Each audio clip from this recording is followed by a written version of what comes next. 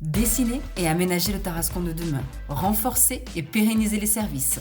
Tels sont les enjeux et les objectifs fixés par les élus du Bourg-Centre. Tout au long de l'année, la municipalité s'engage à travers ses actions et ses investissements dans les domaines du quotidien, de la crèche aux aînés, des mobilités à la culture, pour le cadre de vie et plus encore. Alors, une ville solidaire, une ville citoyenne, une ville animée, une ville centre, qu'est-ce que c'est exactement ? Retour en chiffres sur quelques actions phares de l'année 2023. Morceau choisi. Une ville qui protège ses habitants et préserve son cadre de vie. 1,2 km. La longueur exacte de l'avenue Victor Pi qui a entièrement été refaite et dont la dernière tranche de travaux s'est achevée en septembre 2023. Ce chantier XXL de plus d'1,2 million d'euros, mené avec le soutien financier de l'État, du département et de la région, a permis d'améliorer les mobilités sur cet axe en sécurisant la circulation des piétons via l'élargissement des trottoirs, la création de passages traversants et la limitation de la vitesse. Invisible mais tout aussi structurant pour la ville, ce chantier a été accompagné par la modernisation des réseaux souterrains comme l'eau, l'électricité, la lumière ou encore l'intégration de la fibre. 80 mètres cubes, c'est le volume du dernier épisode de chute de blocs survenu au mois de février dans le secteur du camping. Et si les dégâts n'ont été que matériels, il a fallu pour la commune, avec l'aide de l'État et du département, conduire un chantier pour purger la falaise concernée et la sécuriser.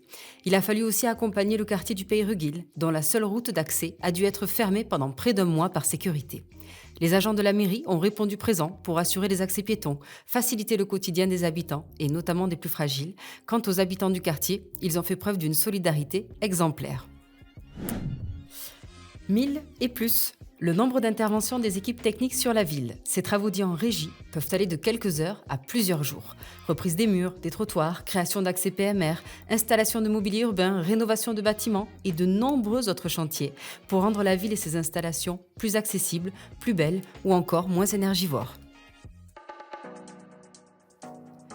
Une ville qui accompagne à tous les âges. 205 comme le nombre d'enfants inscrits à la cantine, soit 90% des effectifs répartis entre les maternelles et les élémentaires de Tarascon et de Banat. Bien au-dessus de la moyenne nationale de 60% et en nette augmentation depuis la mise en place de la tarification sociale de la restauration scolaire sur l'année 2022-2023. Cette tarification sociale traduit la volonté des élus de garantir aux élèves tarasconnais l'accès à 4 repas équilibrés par semaine, élaborés par un prestataire local dans le strict respect de la charte Egalim, et à leur famille, une tarification comprise entre 0 € et 1,50 € par repas, suivant le quotient familial.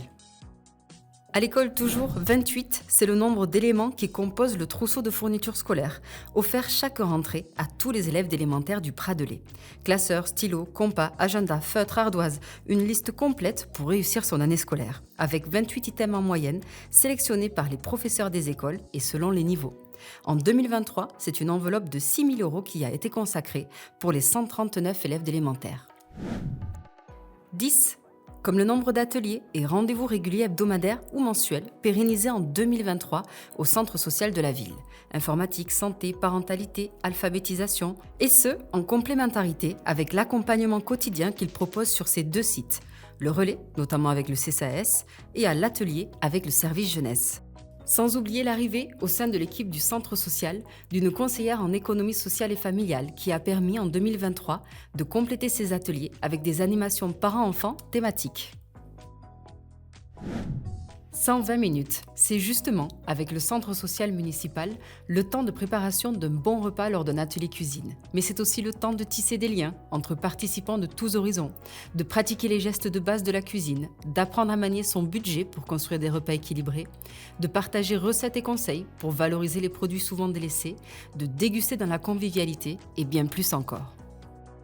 3. Comme le nombre de projets accompagnés du côté du service jeunesse. En plus des chantiers jeunes, du point info jeunesse et de l'animation quotidienne, on aide aussi à réaliser des projets de grande envergure. En 2023, 3 groupes de jeunes âgés de 12 à 25 ans ont été accompagnés par le service jeunesse à travers la fabrique à projets pour les rendre concrets. Composer un dossier, demander des subventions, rencontrer les élus et les partenaires, et ça marche. Un studio de musique a déjà été emménagé et une émission de radio rap Flash Cocktail sera bientôt à retrouver en ligne. La culture accessible et en proximité. 50 heures et plus de théâtre, de musique, de spectacles en tout genre proposés cette année par la Régie municipale d'animation, en salle ou en plein air. Le festival latino Tour du Monde, les théâtrales, les terrasses d'été, les fêtes. En 2023, la municipalité a organisé près d'une vingtaine d'événements, dont 2/3 proposés gratuitement pour favoriser l'accès à la culture au plus grand nombre. 14 956, c'est précis, mais c'est le nombre d'entrées réalisées en 2023 par le cinéma municipal et un nouveau record de fréquentation battu. Une progression qui vient saluer les efforts de la municipalité pour enrichir la programmation à travers des animations, des avant-premières et des partenariats pour l'éducation à l'image de tous les publics. Et d'ailleurs, saviez-vous que le cinéma de Tarascon est depuis 2019 et reste encore à ce jour le seul cinéma d'Ariège à proposer, gratuitement, la quasi-intégralité de ses séances accessibles aux déficients visuels, aux sourds et malentendants grâce à son dispositif Toivox. Une ville qui rassemble. 33. Le nombre d'associations présentes au rendez-vous en septembre dernier pour la première édition du Forum des associations. L'occasion de découvrir ce tissu particulièrement dynamique et varié auquel la municipalité offre un soutien sans faille, notamment à travers ses subventions directes, 121 000 € l'an dernier, auquel s'ajoute un soutien quotidien à travers la mise à disposition de moyens techniques et logistiques et la prise en compte des charges supplétives, soit environ un total sur l'année de 650 000 €. 97, c'est le nombre très important d'événements, spectacles, vide-greniers, expositions et d'autres qu'ont proposé en public en 2023 les associations de la ville, en plus de leurs ateliers, matchs et rendez-vous tout au long de l'année. L'attractivité du bourg-centre permet aussi de nouer des partenariats avec des organisations départementales ou régionales, comme en septembre 2023 et l'accueil de la première édition de Rando-Occitanie avec la Fédération française de randonnée. 6. S'informer. Échanger, proposer, comprendre, bref, partager la ville, c'est faire vivre la démocratie. En octobre 2023, les élus municipaux sont partis à votre rencontre, au pied de chez vous et au cœur de votre quartier, à travers 6 nouveaux rendez-vous qui viennent compléter les réunions de quartier et les permanences d'élus. Et pour être au plus proche de l'actualité de la ville, il y a bien sûr le bulletin municipal, proche de vous, distribué en boîte aux lettres et disponible à l'accueil de la mairie. Il y a aussi Panneau Pocket pour recevoir les informations sur votre téléphone. Et bien sûr, tous les outils numériques, comme le site internet de la mairie et les réseaux sociaux. 18. Comme le nombre d'années d'engagement de la ville, puis du conseil départemental, dans le projet de reconstruction de l'EHPAD Jules Rousse, validé en novembre 2023, avec la signature du protocole d'accord entre le département et l'ARS, en présence de la ministre des collectivités territoriales et de la ruralité, Dominique Faure. Un pas supplémentaire, quelques mois après l'avis favorable de l'enquête publique, vers la reconstruction de l'établissement. Bien sûr, il y a eu beaucoup d'autres choses qui se sont passées en 2023, et beaucoup de choses qui continueront de se passer en 2024, car, au-delà des chiffres, ce sont les valeurs et les engagements portés par les élus et rendus possibles au quotidien par les agents municipaux, ces femmes et ces hommes qui font la force du service public et qui sont présents à vos côtés 365 jours par an.